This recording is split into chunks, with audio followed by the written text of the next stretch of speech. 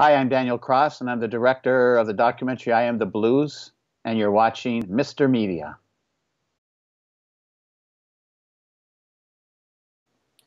I'm Bob Andelman, and this is a Mr. Media interview. You can see, hear, and read more than 1,000 of my previous celebrity interviews at mrmedia.com. That's mrmedia.com. Subscribe to the show on YouTube, Apple Podcast, iTunes, Apple News, Google Play, or Stitcher, and follow us on Twitter and Facebook. On today's show, I'll talk to Daniel Cross, director of the new musical documentary, I Am the Blues. It's a travelogue through the swamps of Louisiana and the Mississippi Delta, featuring the music of Bobby Rush and many others. Stick around. When I finished watching Daniel Cross's new documentary, I Am the Blues, what I really wanted, besides an immediate trip to the Mississippi Delta, was a soundtrack album. It is the sounds of this wonderful guide to the backwoods of Louisiana and Mississippi that will stay with you, haunting, electrifying, and thrilling anyone with a musical soul. For most viewers, I suspect, Cross provides a first introduction to an aging generation of blues veterans that still live in the American Deep South and that made their livings and reputations for decades on the Chitlin circuit. These folks include Barbara Lynn, Little Freddie King, Lazy Lester, Henry Gray, Carol Fran, Bilbo Walker, Jimmy Duck Holmes, R.L. Boyce, L.C. Ulmer, and Lil Buck Senegal. I Am the Blues is available on DVD and via digital download from all leading on-demand platforms right now. Daniel Cross, welcome to Mr. Media. Hello, Mr. Media. Thanks Hello. for having me. Oh, my pleasure. My pleasure. You want to tell people where we're talking from? Where are you today? Well, I'm in Montreal, Quebec, Canada. So I'm north of the border. And the other new media capital of the world. There you go. That's good. I am not trademarked in Canada, so it's all yours. Okay. So, Daniel, a film about the blues. I got to ask, how do you decide where to start, who to film, who to skip, and where to finish? I mean, it just seems like such an. I'm fascinated by documentary to begin with, but this particular topic somehow seems to me so big that it would be very difficult to know where to begin and where to end, for that matter. Well, the trickiest part, besides I'll tell the story about how we found the musicians and stuff, but when I was trying to edit the film, the big problem was that I had too many characters because I made the film for selfish reasons, because I wanted to go down south and meet all these blues musicians who, since John Lee Hooker and earlier, have been so influential in my life and are like heroes, that I was, worried that I was just going to end up with a film of vignettes without a third act or without a, real narrative arc. So thanks to Bobby Rush and all the time he put into the film, I was able to do that. So you're right in a way, just the brevity of the complexity of the subject matter, there's too much to just carve out a film. But I don't know if you're all familiar with Dr. Ike out of New Orleans, who runs the Ponderosa Stomp. You should really check that out. It's the first weekend in October. It's been going on for like 15 years. And he has a foundation, and they rediscover, basically, elderly musicians, bring them back to New Orleans. They have conferences during the day and 3 nights of big stage show with professional bands. And so he's used all these people that are in the film and knows them well, and they really like him because he's gotten them gigs, meaning money. Right. So they brought the show to a Pop Montreal, which is our cool Montreal, kind of like South by Southwest almost. And I saw the show and I went, oh my God, these are the people. This is the guy. So I asked him. He said, come on down in July. He's actually Dr. Ike, and he's actually a surgeon at the New Orleans Trauma Center. He goes, I've got most of July off. I'll take you through the Delta. And he did. And we stopped at everybody's house. I mean, we must have recorded 50 musicians through Mississippi and Louisiana. And then I just kind of dissected the footage and tried to decide who was the most playful, who was the most talented, who was alert, because everybody's needed to be one, had experienced the blues, kind of through sharecropping and the plantation, kind of the origins of country blues. And 2, would work with me without management. and 3 would let me film hanging around their home and not like on tour or just around big clubs, and would be willing to play and hang out with their friends. So we could have things like a barbecue or a crawfish boil or a song circle and get them, because characters are the best when they're talking to each other, not when they're answering your sit-down questions. Right. And so Dr. Ico was basically your guide to this. Oh, yeah, absolutely. Without Dr. Ike, I would have been like making cold calls and Googling on the internet because, I wasn't looking to film Buddy Guy, let's say, or John Hammond Jr. or celebrities. I was looking for people that were living in the South and who had a long history. I mean, all the musicians, majority of them are in their 80s, a couple in their 90s, a couple in their 70s. So they're all up there in age and experience. So that would probably, you mentioned, you said you didn't want to deal with management. I imagine it must have been easier, or was it, to get music clearances for the songs that you used? Well, you still have to go through the professional route. You have to find the publishing house and the performance rights. You can't skip on that because most of the musicians don't own their own music anyways. So I made sure to, during interviews and all events when they were playing, I paid them directly.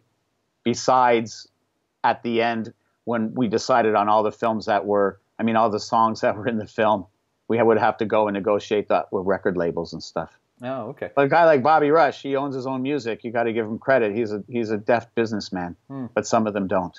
So it was a task, even dealing with people in the backwoods and such. You still had to deal with all the clearances and all that stuff. Yeah, that's a big job. Yeah, I would think so. Yeah, and so there's a thing we call favored nation in the film industry where we'll talk with a bunch of them and set one price. And so every song gets treated equally. So no one song gets paid more than another song. You just have to kind of find that right price ceiling and then negotiate everybody to that price. And there was only one song where we couldn't get agreement, so that song, that didn't make the film. But otherwise, everybody played fair, and the musicians helped too, because when the musicians are on board, then the publishers and people are more, they listen, and they obviously have a friendlier ear. So you shot pretty much all this within the month of July? Well, no, that's where I had my first experience in meeting them. Oh. And those were basically almost like you could say clinical interviews to get to know them, introduce ourselves, ask them 20 questions, and just kind of get an idea of how our interaction was. R.L. Boyce, right from the minute I met him, was like, let's go, and off we went. So like him driving around and showing me where they all live and party and everything, that was in the first hour I met him. Wow. But most of the stuff I filmed in the first meeting was pretty stiff. But then we had to come back because we went all the way to Memphis. So on the way back, we stopped at select places like the Blue Front Cafe and started to get familiar and explain to them in more detail what the intentions were, and create plans for a next visit. I had to go back to Montreal and put together a budget based on everything I shot. And actually, they're such great storytellers, as you know. They're natural show people all their lives. It was easy. You're supposed to put together like a 5-minute trailer and then go to a festival and bug people and bug them, and they'll watch like 5 minutes. Like, okay, I'll watch your 5-minute thing. And I had a 45-minute, I had 7 characters, 7 minutes each, and everybody just stayed to the end. I could have probably just made that a film. But so it made it pretty easy to get together money. It's all Canadian financing. There's no financial involvement from the States, and then Film Movement came in recently, so now it's being distributed theatrically in the U.S. One more thing we have to thank our Canadian brothers for. Yeah, CBC, because in Canada you have to have a broadcaster in. If you get a broadcaster in, then we have actually state money, cultural money, that starts to fall into place. So you need that first broadcaster, and CBC came in, so I was really pleased with that. I got to say, I was going to mention this later, but you mentioned the storytelling. I think the woman's name is Carol Fran. She tells the story about Emmett Lee.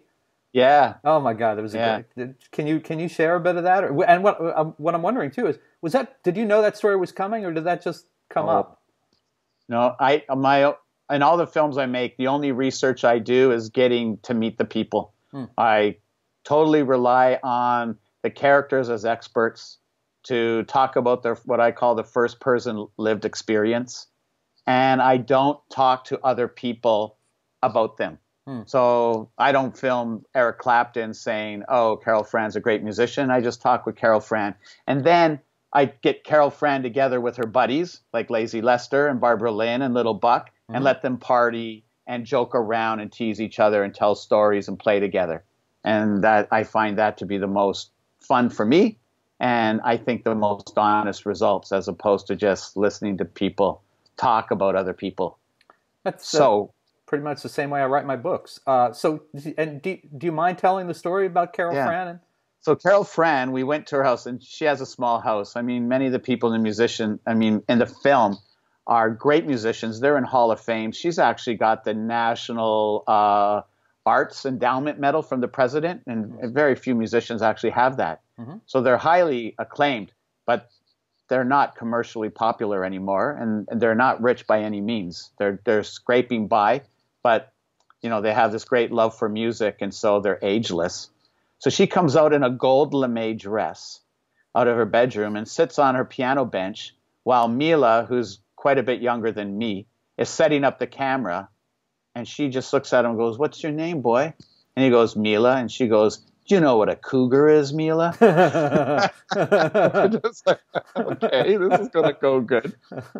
And then she starts telling the story about how, the guy that was all in red, I want to say Guitar Lee. Emmett. Wasn't it Emmett? Guitar Slim. Guitar Slim from way back in the day. Okay.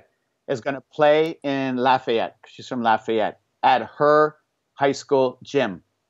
And the backup band doesn't show up. And they go after Carol Fran to sing. She's 16 years old. She doesn't want to do it. So as she says, they promised her a Coke.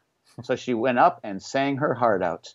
And in the audience was a gentleman named Emmett Lee, who it turns out was a traveling clothes salesman.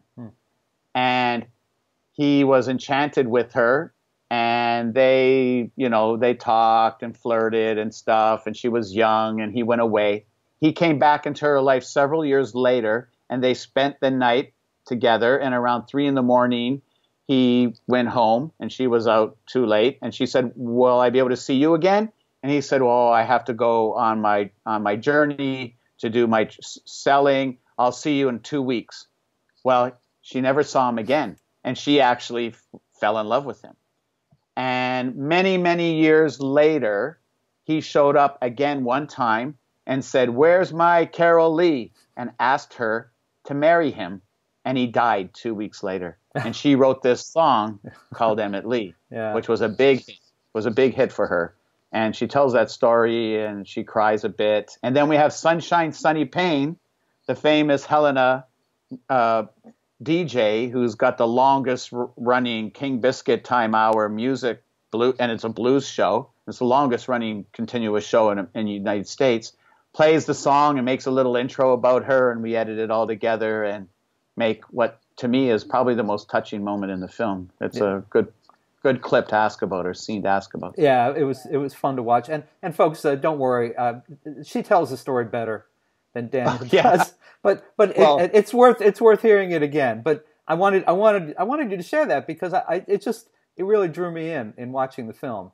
And I thought, and what's nice in the film is that that's the first time we see Carol Fran is right before that telling Lazy Lester off because he's bogarting the mic. Right. And she gives him heck and tells him to sit down and shut up, and then it fades into that story.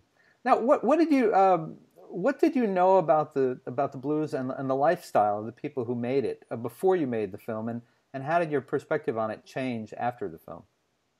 Well, I had one experience. I mean, I'd gone to blues shows and everything like that, and had the opportunity here and there to informally meet them. But when I was young, like 17, and being the same age, you'd know how long ago that was, decades. They advertised in Vancouver. The Vancouver Folk Festival had booked these blues musicians. So the world's largest Winnebago, as it was phrased, was coming to Vancouver full of Chicago bluesmen to sing at the Vancouver Folk Festival. So I got to go down and check this out. I was all excited, and I went early, and I kind of did a stereotype guess and went up to this gentleman and said, "Hi, I'm Dan. Are you from Chicago?"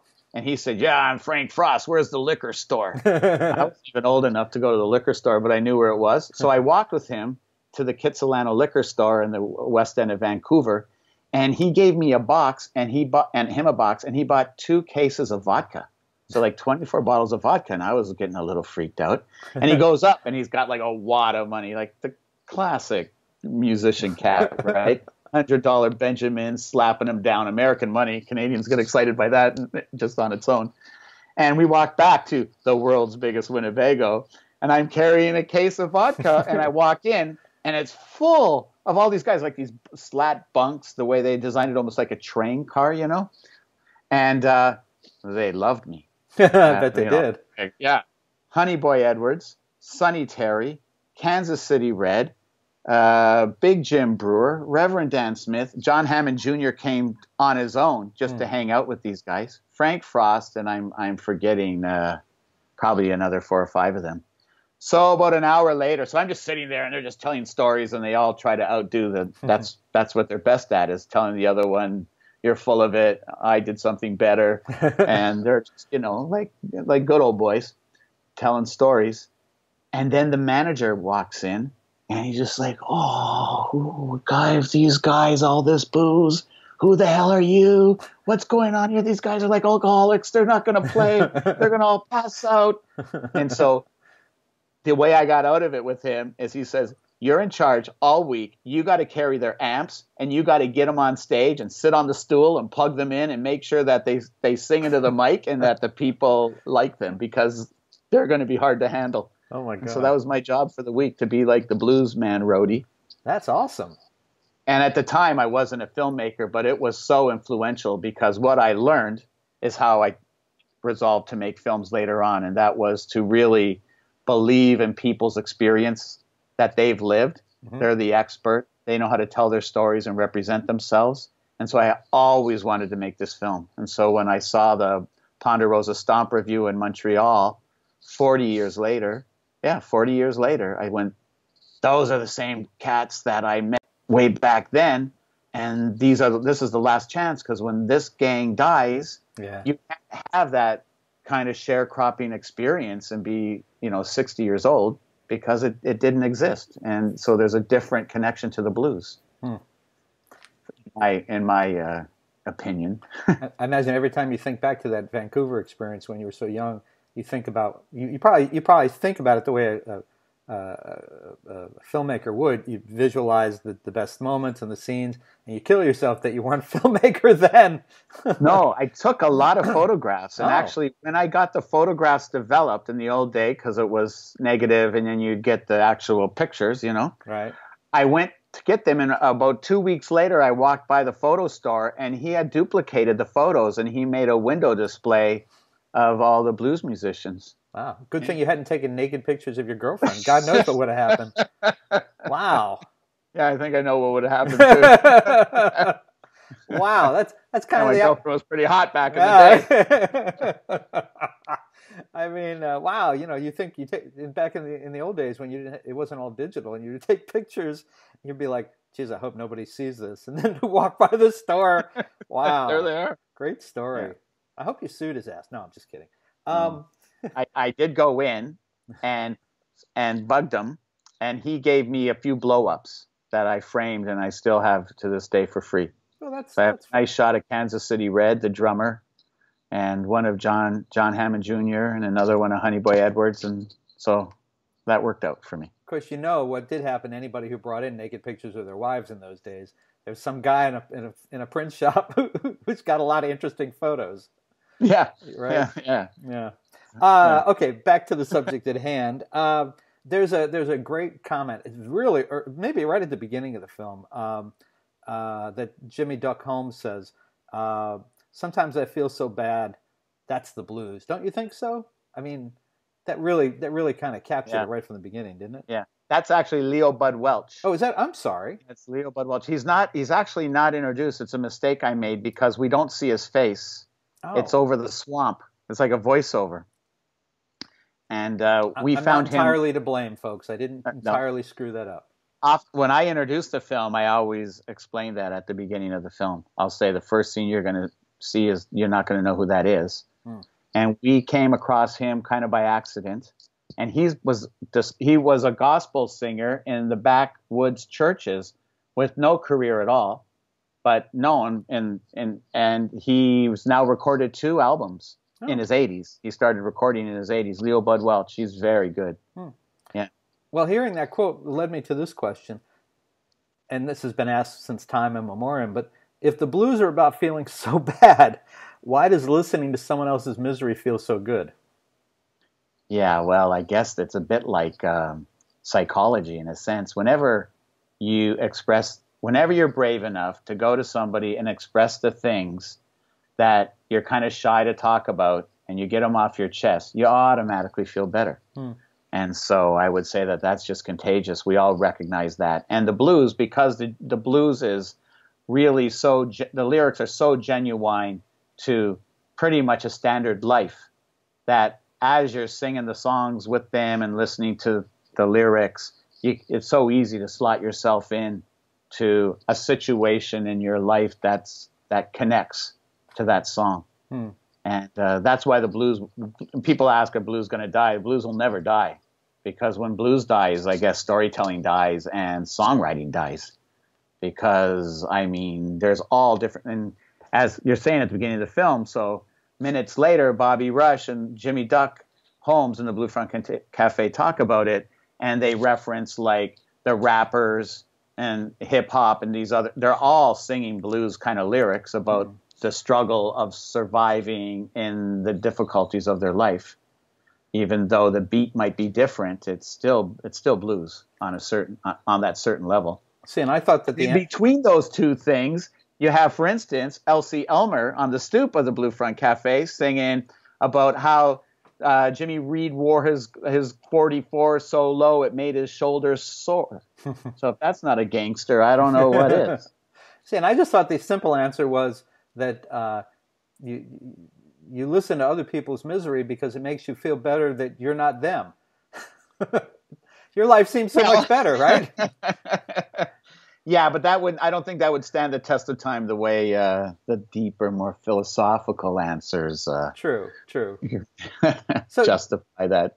Tell folks a little bit about Bobby Rush, because you mentioned that he's very important to the film, and he is, and he's a major figure. But tell people who Bobby is and why it was so cool to be able to get him in on this.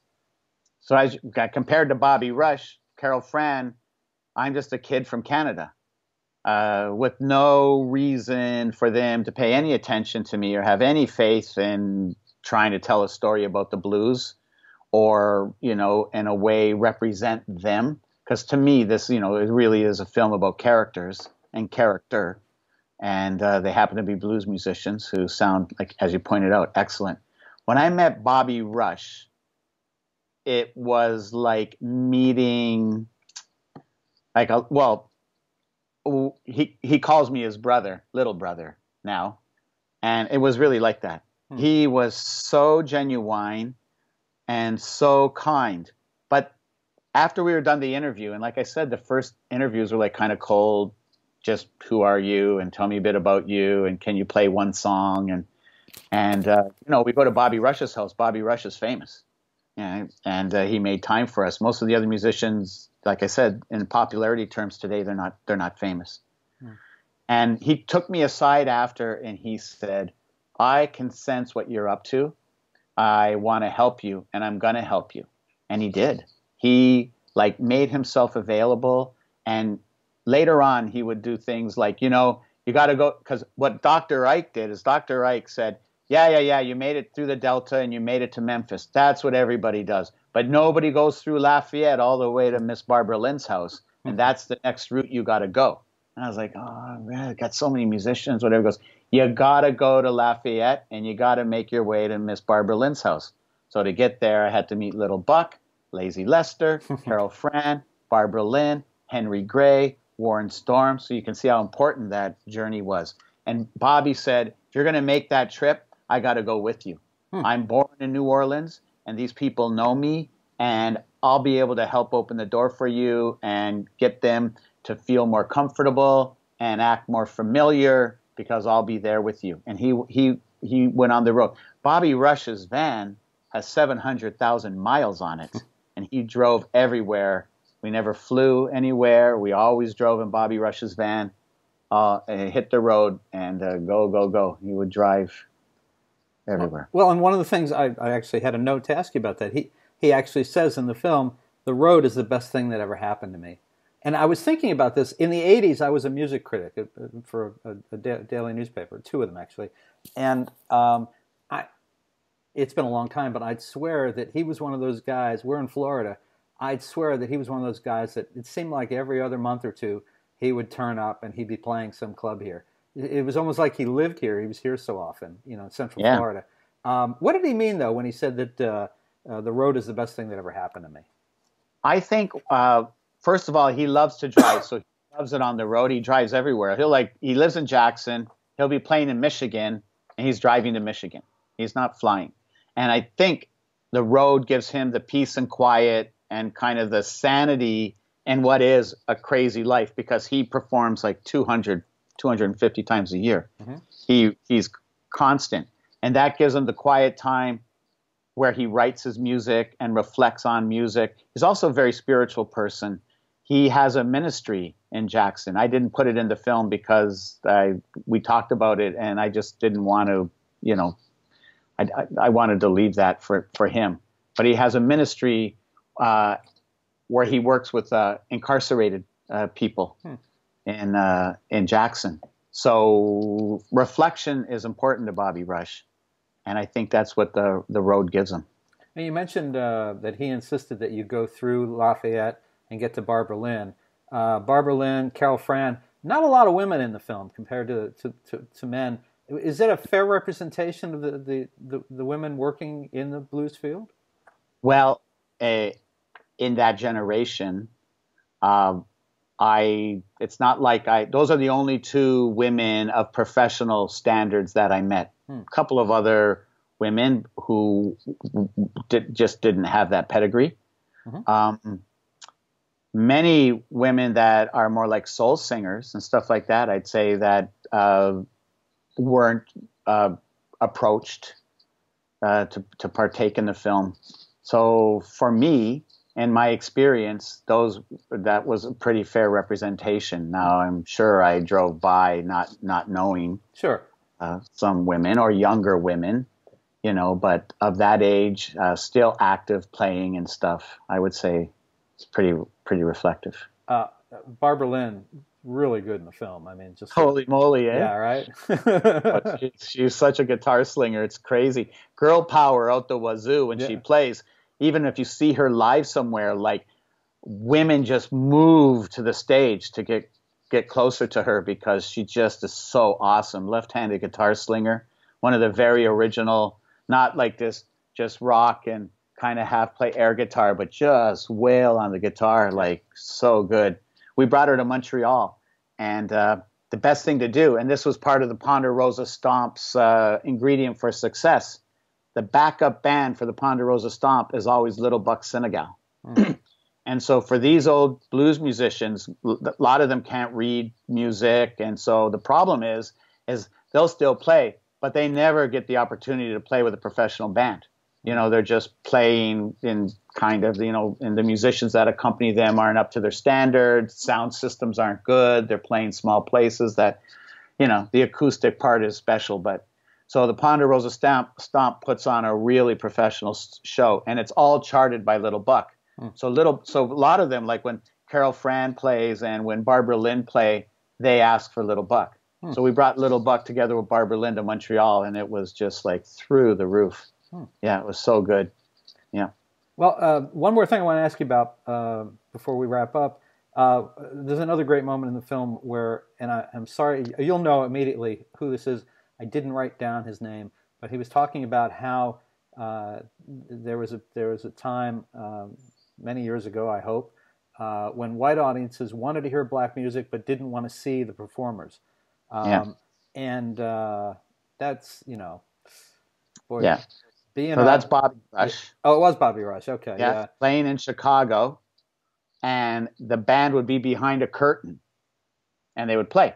And at the end, he would bow, and that would be it. So then, after a while, he got more and more popular, and they became more familiar. And so then they created two curtains.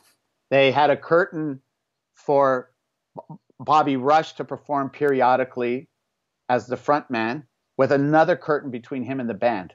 And he said that that was the most difficult element in his life, was when they would separate him from the band. Playing behind the curtain, they could kind of fool around, as he said, and whatever they accepted, as they really had no choice. Yeah. But then when they did this separation, he calls it the separation of the separation. Yeah. And as you saw in the film, to this day, he played a gig that we recorded, and he wasn't even getting paid properly. They were giving him the old, we don't have enough money. Yeah. And they didn't know that the doorknob wasn't in the door anymore. And we had the camera lens stuck right through the door. And Bobby Rush had a lapel mic on so we could hear everything. And we nailed it in the film, and we busted those suckers. That's awesome. And unfortunately, it's not. It doesn't just happen to old black musicians. It happens to young white kids too. That's a time-honored tradition, unfortunately, in that business. They're all a bunch of crooks. You made it. And you can quote me on that. All right, so you've done this. This is out now. What's next for you? What are you working on next? Well, right now I'm pretty busy just moving it out. It's playing all over the States. It's pretty busy. It's in New York. It's in Chicago. It's in West Virginia. It's in New Orleans, all playing right now. And so I've been doing a lot of this and keeping tabs on it and doing social media. And as you mentioned, I'm working on a soundtrack that I hope to be able to get out relatively soon. Awesome. The DVD doesn't have the soundtrack included in it. It would be a separate element. And I'm talking to Ponderosa Stomp about maybe trying to do a kind of a food and blues and travel across the states kind of series, because Dr. Ike knows where to go, and I know that would be fun and interesting. So I'm hoping we can put something together with an American network about that. Well, I hope that the soundtrack will include some spoken word stuff, because some of the things. Oh yes, yeah, yes. Absolutely, that's what I want to do. Yeah, I think that'd be great, because it reminded me of stuff I remember from like the 70s that you don't hear very often anymore, where it's music and then there's some spoken word stuff, because it's just the voices of these people. It's just so incredible to hear. Yeah, it would be better than just solid music. It's like it's also not recorded in a studio, et cetera, et cetera. So it's kind of raw and impromptu. So having some of the little statements that are said about things.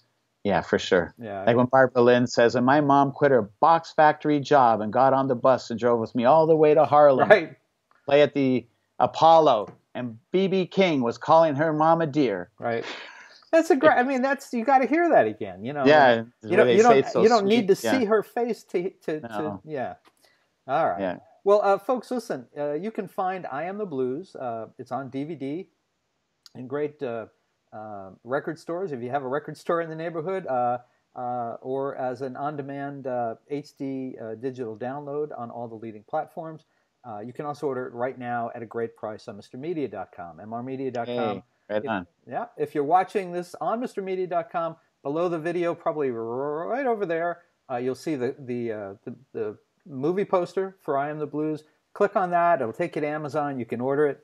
Either as a download or a physical DVD. Get it right now. Have it within a day if you need it, or you can have it momentarily as a download. So do that. Daniel, you've got a website for the film, right?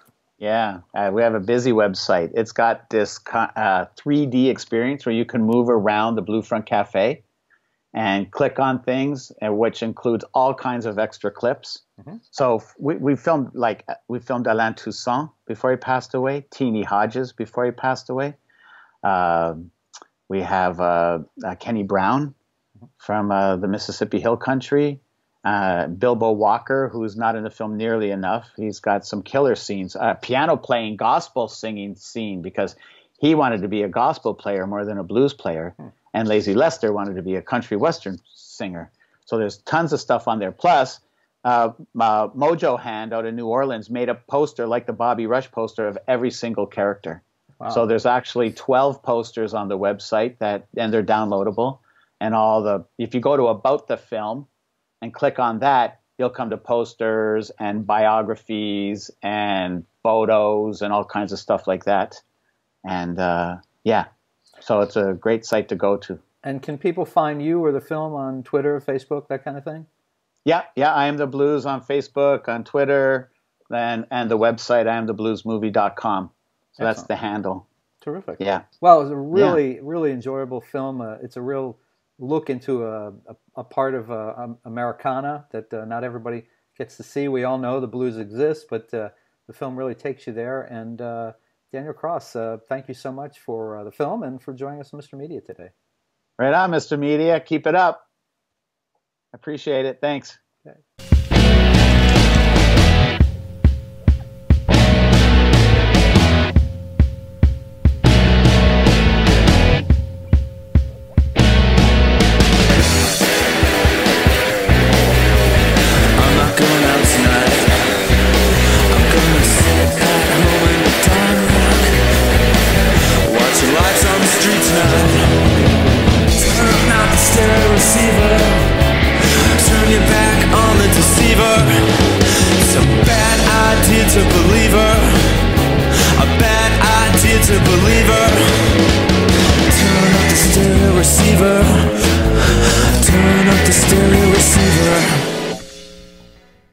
Mr. Media is recorded live before a studio audience of blues fans who love the music but never thought about actually going to Louisiana or Mississippi to see it perform live in the new media capital of the world, St. Petersburg, Florida.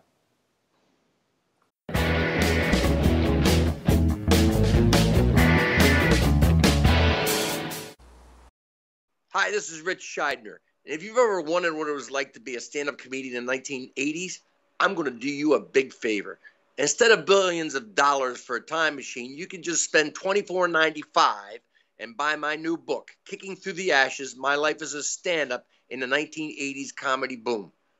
It will save you money and give you thrills. It will take you there. Go to my website, richscheidner.com, go to amazon.com, and buy this book.